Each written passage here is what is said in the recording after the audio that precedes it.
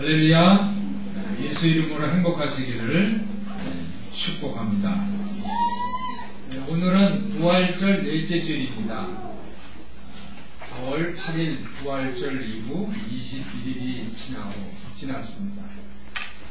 우리가 부활절을 지키면서 부활절의 행사다 생각하고 2012년도는 이제 부활절 지났으니까 2013년도 부활절을 기다린다면 그것은 잘못된 일입니다. 우리 성도들에게 부활의 그 생생한 감격이 여러분의 마음속에 충만하시기를 예수님의 이름으로 축원합니다. 예수님의 무덤을 찾은 제자들이 빈 무덤을 발견함으로 놀라고 두려워했다고 했어요. 놀람과 두려움, 그런 것을 느낀 것처럼 우리 삶 속에서도 예수님을 통해서 예수님 안에서 체험했던 놀람과 두려움, 경고, 이런 것들을 잊지 마시기를 주님의 이름으로 부탁을 드립니다. 오늘 사도 베드로는 부활의 능력을 체험을 했습니다. 그것은 바로 성전 문 앞에 앉아있던 안진뱅이, 거린이었던 이 안진뱅이가 내가 은과 금은 없지만은 나사렛 예수 그리스도 이름으로 내게 명하노니 일어나 걸으라 했을 때에 안진뱅이가 그 자리에서 일어나서 뛰고 걸으며 하나님을 찬미한 것을 기억하시기를 바랍니다. 한 안진뱅이 남자를 치유를 했어요. 한 병자에게 행한 이 착한 행동이 바로 예수 그리스도 이름으로 나는 한 것입니다라고 고백을 합니다. 한번 따라해 보실까요? 예수 그리스도 이름으로. 예수 그리스도 이름으로. 베드로는 오후에 기도를 하기 위해서 성전으로 들어갔습니다. 성전 문 앞에서 한 거지가 구걸을 하는데 그는 안진뱅이였어요. 그런데 예수 그리스도 이름으로 베드로가 그 안진뱅이에 명령하니까 그 안진뱅이가 벌써 일어난 거예요. 이 안진뱅이가 베드로 옆에 서서 이 걸어다니고 뛰어다니고 하나님을 찬양하는 것을 사람들이 보았어요. 하나님을 찬양하는 것을 본 것입니다. 사도행전, 우리가 본문은 4장이지만은 바로 앞장 사도행전 3장 10절에 보니까 거기에 사람들이 이 안진뱅이가 일어나서 하나님을 찬양하는 것을 보면서 사람들이 몹시 놀라고 이상하게 여겼어요. 이 안진뱅이였던 남자는 베드로와 요한의 서세, 요한 곁에서 머물러 있는 거예요. 놀란 군중들은 그에게로 몰려들었어요. 그때 베드로가 이렇게 얘기를 합니다. 이스라엘 동포여, 사도행전 3장 12절에 그렇게 얘기합니다. 베드로가 이것을 보고 백성에게 말하되 이스라엘 사람들아, 이 일을 왜 기이 여기느냐? 우리 개인이 능력과 경건으로 이 사람을 걷게 한 것처럼 왜 우리를 주목하느냐? 이렇게 이야기를 합니다. 이 사도 바울은 사역자의 역할에 대해서 고린도 후서 11장에 그렇게 증언을 하였습니다. 내가 사역자로서 성도들을 섬기는 것은 성도들이 정결하고 깨끗한 처녀로 만들어서 그 깨끗한 처녀가 나 바울을 섬기려고 하는 것이나 예수 그리스도에게 드리려고 그렇게 하는 것이라는 것입니다. 그리고 사도로서 바울은 성도들을 섬기고 높이고 자기는 낮추고 그리고 스스로 조심하겠다. 너희들에게 성도들에게 내가 폐해를 끼치지 않겠다. 이렇게 얘기를 했습니다. 이것이 사역자의 역할인 것입니다. 구약에 보면 모세, 구약의 위대한 지도자 모세가 나옵니다. 모세는 하나님께 순종하는 사람이었어요. 이스라엘 백성들을 출애굽시킨 위대한 전무후무한 지도자였어요. 모세는 애굽에 10가지 재앙을 일으키게 하고 홍해를 가르고 반석을 쳐서 생수를 나게 하는 능력 있는 종이었어요. 그런데 하나님께서 이 모든 것을 모세가 들고 있는 지팡이를 통해서 가능하게 된 것입니다.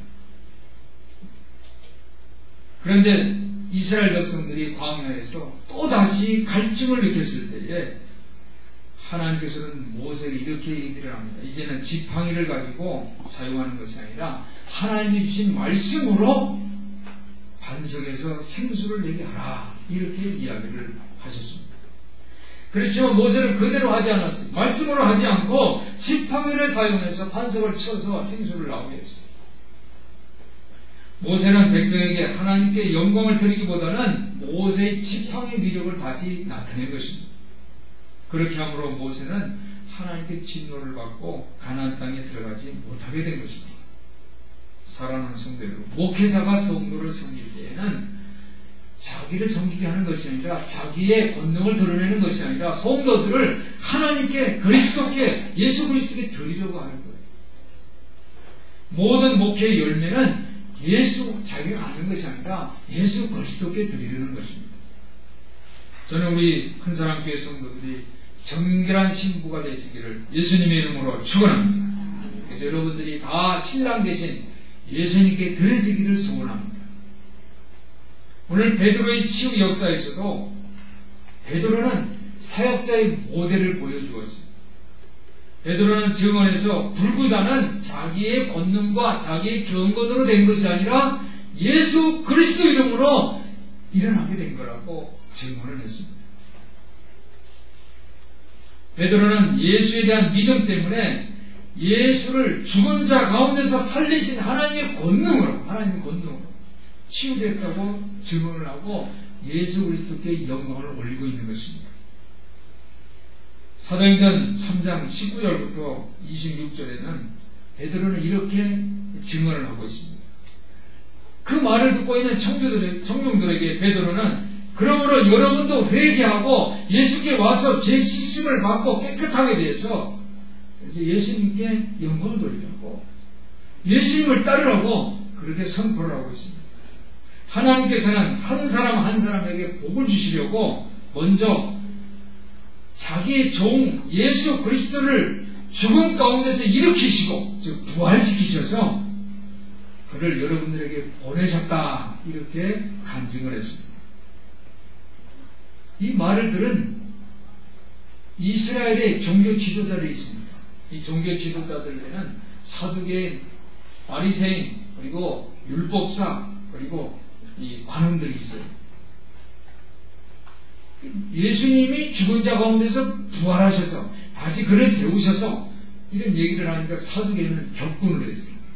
종교 지도자들 가운데서도 사두개인들은 부활을 믿지를 않아요. 그런데 바리새인은 부활을 믿어요. 그러니까 자기들끼리 이건 자기들끼리 일어나는 거죠. 사두개인이 이제 앞장서서 예수님이 죽은 자 가운데서 일어났다, 다시 살아나셨다, 부활하셨다 이렇게 하니까 사두개인들이 적극적으로 이제 나서서 베드로와 요한을 체포를 합니다. 근데 밤중이었어요. 밤중이니까 이제 뭐 체포를 해서 뭐 신문할 수가 없으면 감옥에다 가둬놨어요. 그리고 그 다음 날에 이제 재판을 하려고 합니다. 오늘 본문이 바로 그 다음 날 일어난 재판 이야기입니다. 그런데 이 재판을 한 원고들은 누구냐면은 이 오늘 본문의 6장에 이제 원고들이 등장합니다. 원고가 누구냐면 대제사장 안나스, 가야바, 요한, 알렉산더, 대제사장이 문중이 다 참여했다는데 이 사람들이 다 원고예요. 그럼 피고는 누굴까요? 피고는 베드로와 요한이에요. 원고 측이 이제 신문한 내용이 바로 7절입니다. 7절. 한번 7절을 보겠습니다. 읽습니다. 시작. 사도들을 가운데 세우고 묻되 너희가 무슨 권세와 네 이름으로 이 일을 행하였느냐. 그들은 대체 무슨 권세와 누구 이름으로 이 일이 뭐예요? 성전 문 앞에서 구걸했던 안진뱅이를 어떻게 합니까? 베드로가 내가 금과 은은 없지만 나사렛 예수 그리스도 이름으로 일어나 걸으라 했을 때에 헐떡 일어난 거예요. 이 일이 뭐예요? 안진뱅이 병자를 고친 일이에요. 이 일은 무슨 일입니까? 나쁜 일이에요? 선한 일이에요? 선한 일, 착한 일이에요. 착한 일을 한 것 때문에 이제 재판을 받고 있는 거예요. 원고가 아니라 피고. 이때 베드로가 성령이 충만하여 그랬어요. 8절에 보니까 성령이 한번 따라해서 성령이 충만하여 이제 피고 입장에 서 있습니다. 그렇죠? 재판 받으면서 피고 측에 서 있으면 얼마나 덜덜덜 떨리고 그래요. 그런데 베드로는 성령이 충만했다고 했어요. 사랑하는 성도 여러분, 여러분의 삶 속에 힘들고 어려운 고난의 길 가운데서도 성령이 충만하시기를 예수님 이름으로 축원합니다. 성령이 충만해서 이렇게 얘기를 합니다. 백성의 지도자들, 장로 여러분, 우리가 베드로와 요한이 신문받은 것이 병자에게 행한 착한 일, 또 누구의 힘으로 낫게 되었느냐 하는 그런 것이라면 여러분은 모두 이것을 알아야 합니다. 이것을 알아야 합니다. 그래서 담대하게 얘기를 합니다. 내가 성한 몸으로 여러분 앞에 선 것은 여러분이 십자가에 못 박혀 죽었으나 하나님이 다시 살리신, 부활하신, 죽은 자 가운데 부활하신 나사렛 예수 그리스도 이름으로 내가 여기에 서 있습니다. 이렇게 얘기를 했어요. 할렐루야. 이 재판 내용이 뭐예요? 베드로는 착한 일을 했고, 원고, 피고 베드로는 착한 일을 했고, 원고는 예수님을 십자가에 못 박힌 그런 상황입니다. 그것을 지금 재판하는 거예요. 베드로는 성경에 호소를 합니다. 성경에 보면은 그런 얘기가 있습니다. 11절에 보니까 이 예수는, 이것도 중요한 대목이니까 한번 우리 같이 읽어보겠습니다. 시작. 11절 시작. 이 예수는 너희 건축자들이 버린 돌로서 집 모퉁이의 머릿돌이 되었느니라. 일단 원고인 너희들은 건축자인데 돌을 가지고 이게 쓸모없다 해서 버렸다는 거예요. 건축자가 버린 돌이에요. 그런데 어떻게 그 돌이 어떤 돌이 됩니까? 집 모퉁이 머릿돌이 되었다는 거예요. 이 성경에 기록되어 있습니다. 집 모퉁이 머릿돌이 되었느니라. 오늘 이야기는 안진뱅이 거지가 나사렛 예수 그리스도 이름으로 치유되었고, 또 이 예수 밖에는 다른 아무도 구원을 할 수 없다라는 그런 말씀인 거예요. 사람들에게 주신 이름 가운데 우리가 의지해서 구원을 얻을 이름은 오직 예수, 오직 예수. 베드로는 오직 예수라고 증거하고 있습니다. 그런데 오늘 본 다음에 13절을 보니까 이렇게 기록을 하고 있습니다.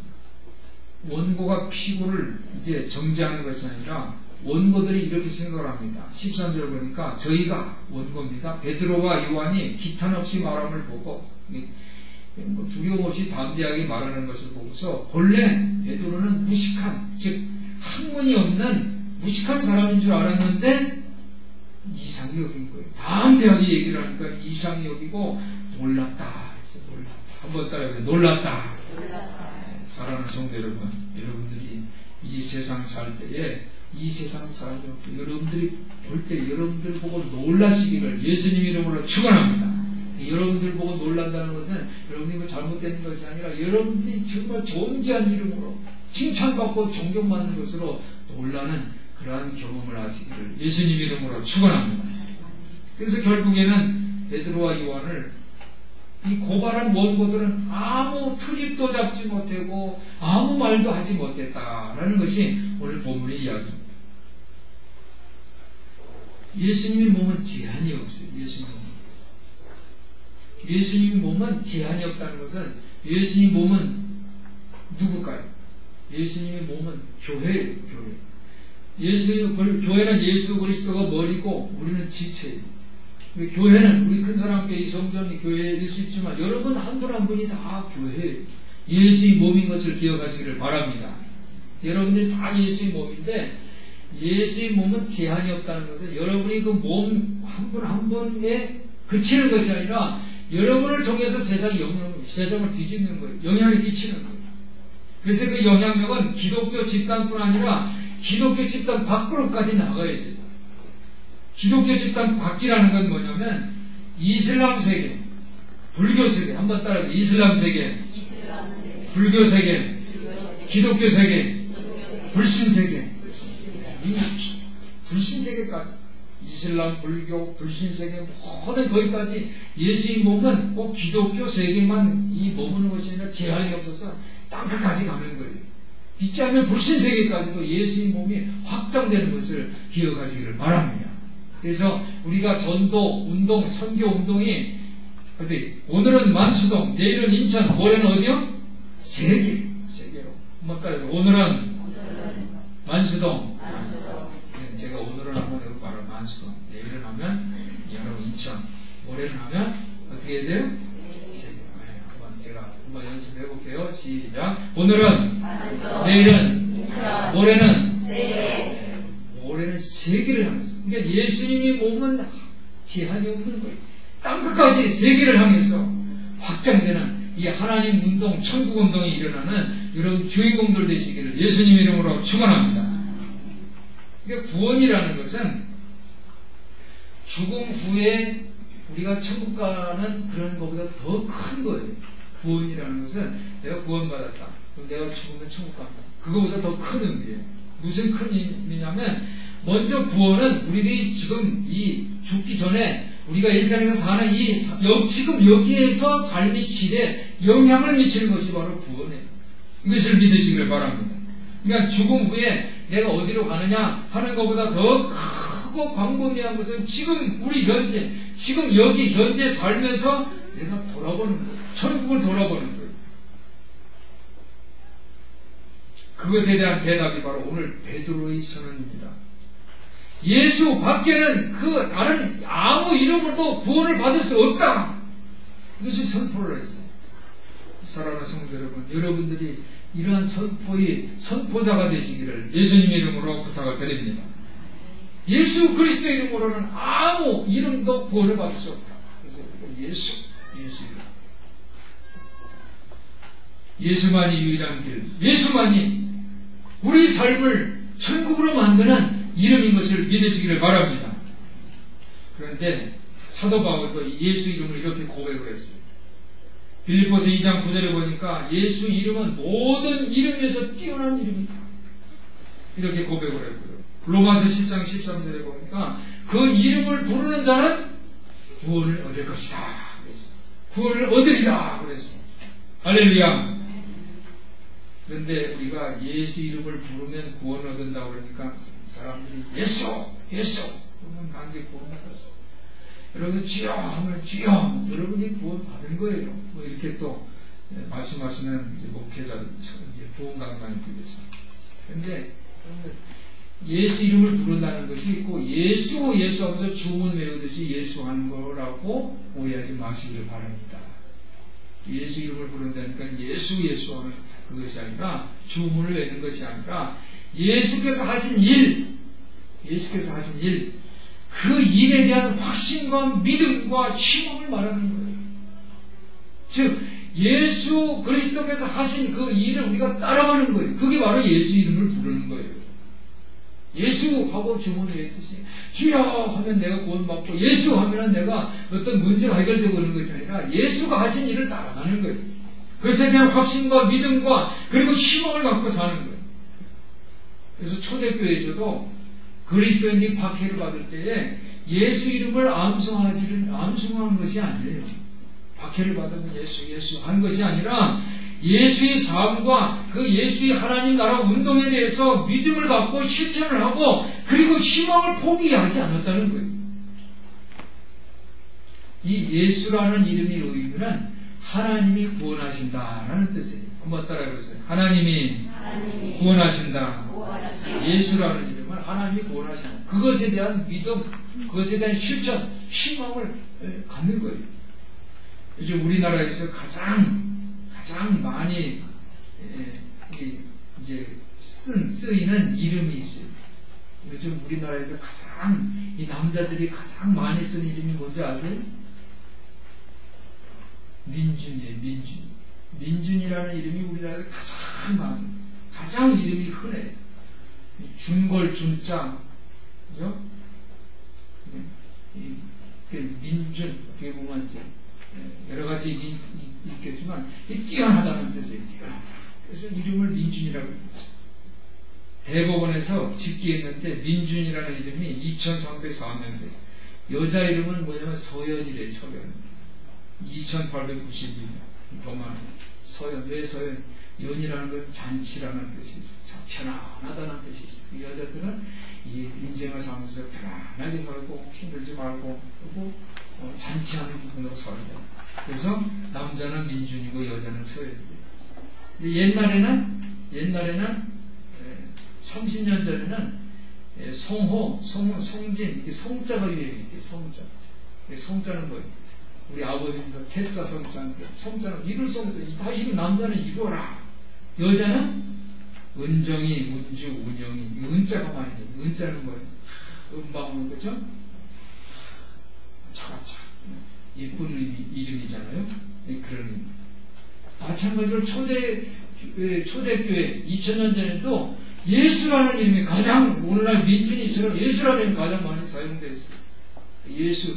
예수 그리스도 예수님만이 아니라 그때 예수라는 이름이 아주 흔한 이름이었어요. 왜? 하나님이 구원하신다. 하나님이 구원해. 이스라엘 백성들은 끝없이 이어지는 그러한 힘든 핍박과 고난을 당했습니다. 그래서 여자들, 엄마들이 아기를 낳으면서 예수라는 이름을 아이에게 주면서 너희들은 우리는 실패와 좌절 속에 살지만 너희들은 하나님의 구원에 대한 믿음을 가져라 하면서 예수라는 이름을 준 거예요. 사랑하는 성도 여러분. 그러면 우리가 예수 이름을 어떻게 불러야 할까요? 우리 자녀들에게도 예수라는 이름을 너도 예수처럼 하나님 구원하신다고 이름을 줄 거예요? 요즘 이제 이런 이름을 많이 주죠. 이제 지금 운성이도 그렇죠. 다 그죠? 운성이, 또 예담이, 예은이, 예성이 다 예수 이름을 이제 붙인 거예요. 이름을 붙이면은 그것이 예수 이름을 부르는 건가요? 저는 그것보다는 예수 실천하는 삶. 한번 따라해 보실까요? 예수 실천하는 삶. 예수를 실천하는 삶이 더 중요하다고 말씀을 드리고 싶습니다. 오늘 목사님이 천국에 대해서 설교를 하셨어요. 성도님이 이제 교우 한 분이 목사님이 찾아왔어요. 목사님, 저 오늘 설교에 너무너무 은혜를 받았어요. 그런데 목사님, 제가 궁금해서 그러는데요. 천국이 어디 있어요? 천국이 어디 있다고 말씀해 주지 않았어요? 천국이 어디 있죠? 그래서 목사님이 이렇게 대답하셨습니다. 네. 형제님을 만나게 돼서 너무너무 반갑습니다. 제가 신방을 다녀왔는데 우리 교우 중에 한 성도가 아주 열병 때문에 지금 교회도 못 나오고 아파하고 있습니다.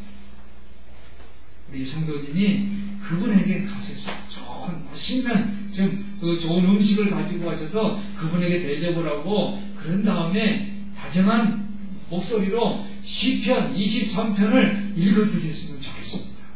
그러면 천국을 만난 것입니다. 시편 23편 아시죠? 여호와는 나의 목자시니 내게 부족함이 없습니다. 그가 나를 푸른 초가로 인도하십니다. 그것이 읽어주라고 했습니다. 그랬더니 이 다음날 이 성도가 목사님을 찾아왔어요. 목사님, 천국이 어디 있는지 제가 발견했어요.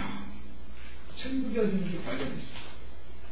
목사님 말씀드렸더니 저는 잠시 동안 천국에서 머무르게 됐습니다. 할렐루야. 우리 성도들이 이 천국에 머무르는 그런 삶을 사시기를 예수님 이름으로 축원합니다. 우리가 예수 믿다가 죽으면 죽은 다음에 분명히 천국에 가요. 믿으시기를 바랍니다. 그런데 이 땅에서도 정성껏 바른 사람들, 어려운 사람들에게 사랑을 베풀 때, 예수님이 큰 사랑을 베풀 때 우리는 천국에서 살게 되는 거예요. 우리 성도들이 예수 이름으로 사랑을 베풀고 이 땅에서 천국을 경험하시기를 축원합니다. 그리고 여러분이 가정과 학교, 직장에서 삶의 공간 이 땅에서 예수의 그 몸은 한계가 없어요. 오늘은 인천, 내일은 인천, 모레는 세계를 향해서 불신자, 이슬람 세계, 불교 세계까지 예수의 몸을 확장시키고 하나님의 일하심을 경험하는 우리 큰사랑교회 성도들 되시기를 예수님의 이름으로 축원합니다. 축원합니다. 기도하겠습니다. 사랑이 많으신 하나님 아버지, 우리 성도들이 예수 이름으로 사랑을 베풀고 천국을 경험하고 하나님 일하심을 땅끝까지 증거하는 증인들이 다 되게 하여 주시옵소서. 우리 주 예수 그리스도 이름으로 축원하옵나이다.